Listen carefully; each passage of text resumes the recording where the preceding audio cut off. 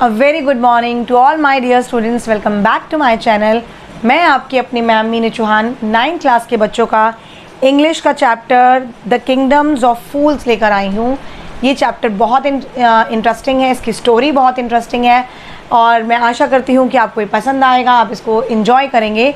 But एक बात मैं आपको पर्सनली बताना चाहूँगी कि देखो, आपका कोई भी चैप्टर हो, चाहे आपका कोई भी सब्जेक्ट हो, whether it is SST, science, English, maths, but जो बच्चे सेल्फ प्रैक्टिस, रिवीजन या रीडिंग नहीं करते, उन्हें कभी भी एक बारी में कोई टॉपिक समझ में नहीं आ सकता। तो आपके डाउट्स तभी निकलेंगे जब आप उसको रिकॉल कर रहे हो, रिवाइज कर रहे हो, रीड कर रहे हो, तो आपके डाउट्स निकलेंगे, वो डेफिनेटली निकलेंगे, क्योंकि एक बार में कॉन्सेप्ट क्लियर नहीं होता। तो इसीलिए बहुत ज़रूरी है कि आपको कोई कॉन्सेप्ट अगर क्लियर नहीं है तो आप उसे बार बार रिकॉल करें, रिवाइज करें, ताकि आपको आसानी रहे। अब जैसे ये चैप्टर मैं आज आपको करा दूंगी, जो आपकी रिक्वेस्ट पे मैं आप स्टार्ट कर रही हूँ, तो it is totally your duty कि आप उसे एक बार रीड करें NCERT की बुक में से, क्योंकि हम तो आपके पास आमने सामने नहीं है ना, ऑनलाइन क्लासेस हैं। तो इसमें आपके डाउट्स तभी क्लियर किए जाएंगे जब आप उस चैप्टर को थॉरली स्टडी करेंगे। तो आज हम चैप्टर स्टार्ट करते हैं, in the kingdoms of fool, class 9, subject English. But before starting the chapter, I would like to request you to please like, share and subscribe my channel, क्योंकि आपकी liking, आपकी sharing, आपका subscription हमें आपसे और connect करेगा और ज़्यादा से ज़्यादा बच्चे हमसे कनेक्ट हो सकते हैं। Thank you. In the chapter, in the Kingdoms of Fool, it is a very famous Canada folk tale adapted from A.K. Ramanujam, and this is a folk tale, as I told you. This interesting story is about the Kingdoms of Fools that was ruled by a silly king and his foolish ministers.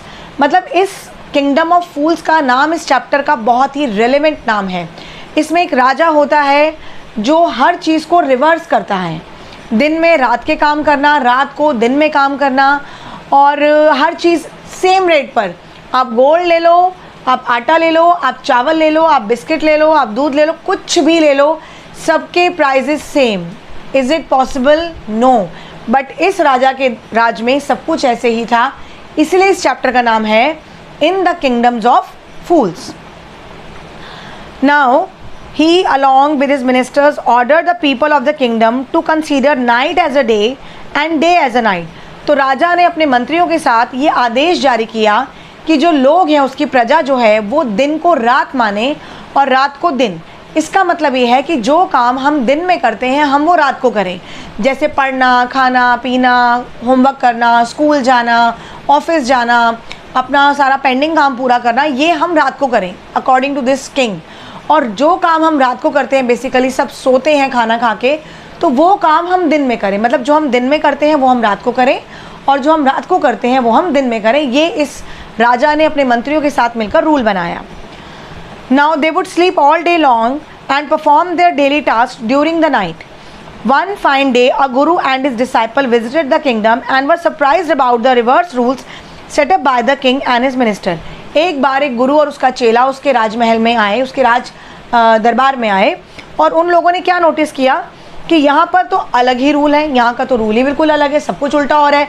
दिन के काम रात को, रात के काम दिन को, और हर चीज़ एकदम सेम प्राइस पे, 1 रुपये का, 2 रुपये का, 3 रुपये का जो भी सामान है, वो सारा का सारा सामान, जैसे मैंने अभी आपको बताया कि गोल्ड से लेकर दूध तक, बिस्किट तक, सबकी कीमत एक है।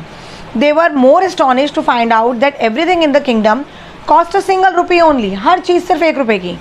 The guru and his disciple were happy initially as they could buy anything by just spending a rupee. तो दोनों तो शुरू में बहुत खुश हुए कि कुछ भी खरीदना है, 1 रुपये दो, खरीद लो, कोई रेट का प्रॉब्लम ही नहीं है। However, the guru understood that it was not a wise decision to stay in a kingdom of fools, so he left. गुरु को समझ में आ गया कि बेवकूफ़ों के साथ रहना कोई समझदारी नहीं है। वो आपने कहावत सुनी होगी ना कि बेवकूफ़ दोस्त से अच्छा समझदार दुश्मन होता है, ताकि वो आपको आपकी लाइफ में कुछ ना कुछ सिखा कर जाता है। तो ठीक उसी तरह से वो जो गुरु था वो समझ गया कि बेवकूफ़ों के साथ रहने का कोई फ़ायदा नहीं है, और उसने वो राज्य छोड़ने का निश्चय किया। लेकिन जो उसका चेला था वो थोड़ा सा लालची था, उसे लगा कि ऐसा तो कोई जगह मिलेगी नहीं जहाँ पे हर चीज़ 1 रुपये की मिले, तो वो वहाँ रुकने को तैयार हो गया और उसने ज़िद की कि वो वहीं रुकेगा। His disciple was unwilling to leave the kingdom because of the ready availability of good food at a reasonable rate. He was a big foodie and it plenty of food and Guru fat in a matter of few days. वो बहुत भुक्खड़ था, भुक्खड़ हर वक्त खाना खाना खाना, और उसे खाने का बहुत शौकीन था। तो हर सामान खाने का 1 रुपये में, तो वो वहीं रुका और कुछ दिन में वो बहुत ही मोटा ताज़ा हट्टा कट्टा हो गया। One day a thief broke into the house of rich merchant by the making a huge hole in the wall and sneaked in। अब एक दिन एक बड़े अमीर आदमी के घर में एक चोर घुसा, उसने उस दीवार में एक बहुत बड़ा सा होल किया और उसके रास्ते वो उस मर्चेंट के घर में घुसा। While he was returning with the stolen item, the walls of the house collapsed on his head and killing him instantly। जब वो सारा सामान चुराकर वापस जा रहा था उसी होल में से, तो वो होल बड़ा होने की वजह से वो दीवार टूटकर गिर गई और जिस व्यक्ति के ऊपर वो दीवार गिरी वो व्यक्ति इंस्टेंटली मर गया। However, the thief's brother approached the king and complained to him that the house owner should be punished for not building a strong wall।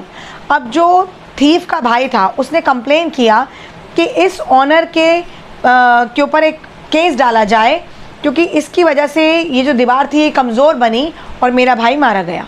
The king immediately summoned the merchant to his court. तो राजा ने उस merchant के लिए एक warrant जारी किया और उसको बुलाया गया। When the merchant arrived he blamed the bricklayer for building a weak wall. अब मर्चेंट ने ब्रिकलेयर यानी कि जो ईंट बनाने वाले मैसन्स होते हैं, मजदूर होते हैं, उन पर वो इल्ज़ाम डाला कि इन्होंने ईंटें कमज़ोर बनाई थी इसलिए दीवार गिर गई।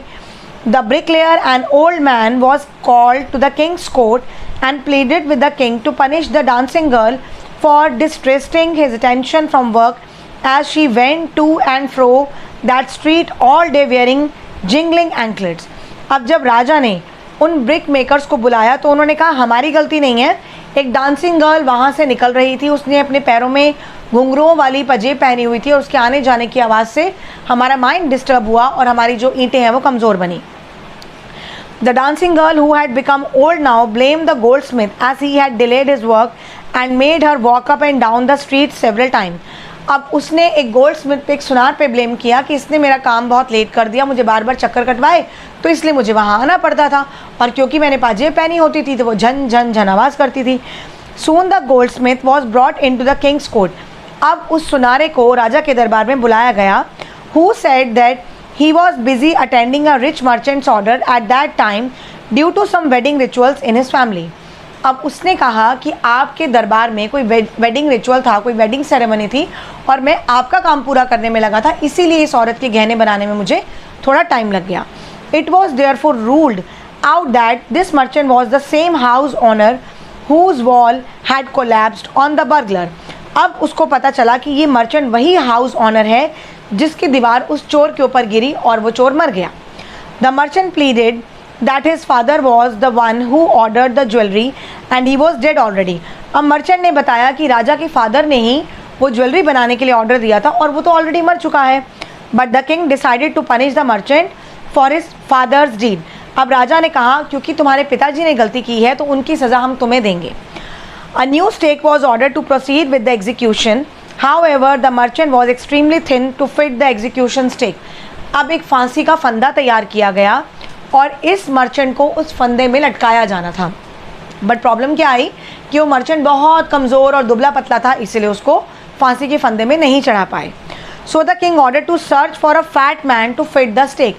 अब देखिए क्या बेवकूफ़ी वाला डिसीजन लिया राजा ने कि एक ऐसा मोटा ताज़ा आदमी ढूंढो जो इस फंदे में फिट आ जाए। उसने कुछ भी नहीं किया, उसने कोई क्राइम नहीं किया, उसने कोई गुनाह नहीं किया, उसका इस केस से कोई लेना देना ही नहीं है, बट क्योंकि वो मोटा है और वो उस फांसी के फंदे में आराम से फिट आ सकता है तो उसको फांसी पे चढ़ा दो। That is why this chapter name the kingdoms of fools.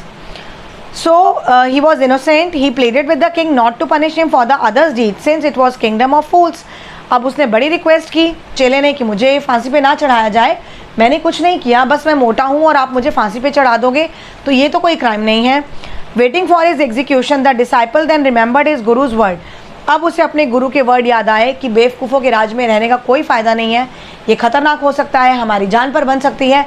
But क्योंकि चेले ने उस टाइम बात नहीं मानी, अब वो अपने गुरु को मनी भन याद करने लगा। His guru, who was blessed with magical powers, could see his disciples' condition in his vision। अब गुरु के पास मैजिकल पावर्स थी, वो समझ गए कि उनका चेला उन्हें याद कर रहा है और वो किसी मुसीबत में है, तो उन्होंने बेवकूफ़ों के राज में जाने का निश्चय किया।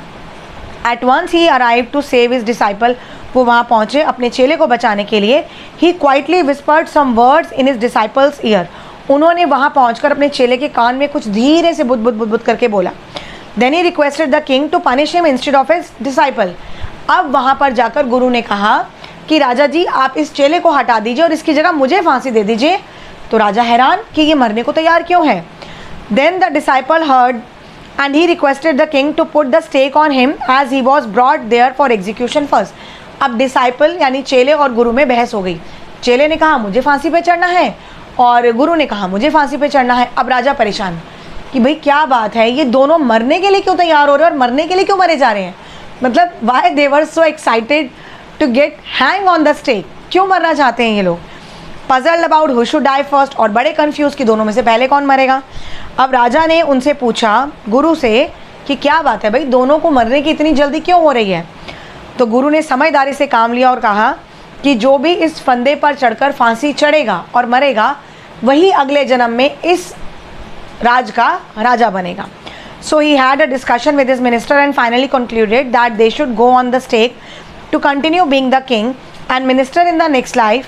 That night they secretly went to the prison and set free the guru along with his disciple, and the next morning the king and his minister, who discussed themselves as the guru and his disciple, were executed on the stake. When the people of kingdom saw that the king along with his minister were executed, they made the guru and his disciple as their king and ministers. अब उनको ये लालच आ गया राजा को कि अगर मैं फांसी चढ़ा तो अगले जन्म में मैं फिर राजा ही बनूंगा। तो उसने डिसाइड किया कि फांसी पर उसे ही चढ़ा दिया जाए और उसके मंत्रियों ने मिलकर राजा को फांसी पर चढ़ा दिया। लेकिन वहाँ की प्रजा ने चैन की सांस ली कि एक बेवकूफ़ मतलब क्या बोलते हैं बुद्धिहीन राजा से उन्हें छुटकारा मिला। तो ऐसे केस में उन्होंने गुरु को और उसके चेले को थैंक यू बोला कि आपने हमारी जान बचाई, ऐसे बेवकूफ़ राजा से हमें छुटकारा दिलवाया। And the Guru was hesitant initially, he finally gave in and reverse the rules of the kingdom. तो गुरु को वहाँ का राजा बना दिया गया और चेला उनके साथ ही काम करने लगा।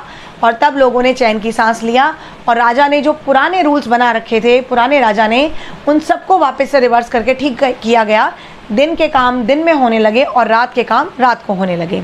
So people begin leading a normal life like other kingdoms. तो जैसे बाकी राज्यों में नॉर्मल लाइफ लोग जीते थे, हर चीज़ की अलग कीमत, सारी चीज़ें 1 रुपये में नहीं, जो महंगा है वो महंगा है, जो सस्ता है वो सस्ता है, अलग अलग कीमत पर चीज़ें बिकने लगी।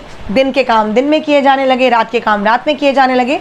और सबसे इम्पॉर्टेंटली जो अलग अलग गुनाह होते थे, अलग अलग क्राइम होते थे, उनकी सज़ा भी अलग होती थी और जिसने जो गुनाह किया होता था उसको उसकी सज़ा दी जाती थी।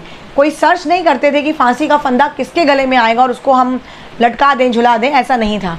तो जो एक नॉर्मल रूटीन होता है, एक नॉर्मल राजा काम करता है, ठीक वैसे ही अब ये प्रजा काम करने लगी, राजा काम करने लगा और लोगों ने चैन की सांस ली। ये चैप्टर हमारा ख़त्म होता है। It is a very interesting chapter. So please I would like to request you कि आप इस चैप्टर को एक बार थॉरली स्टडी ज़रूर कीजिएगा। और जिन बच्चों को डाउट्स थे कि राजा ने क्या किया, किसको फांसी दी गई, क्यों दी गई, पहले किसने किस पर ब्लेम किया, तो वो सब चीज़ें आपकी क्लियर हो गई हैं।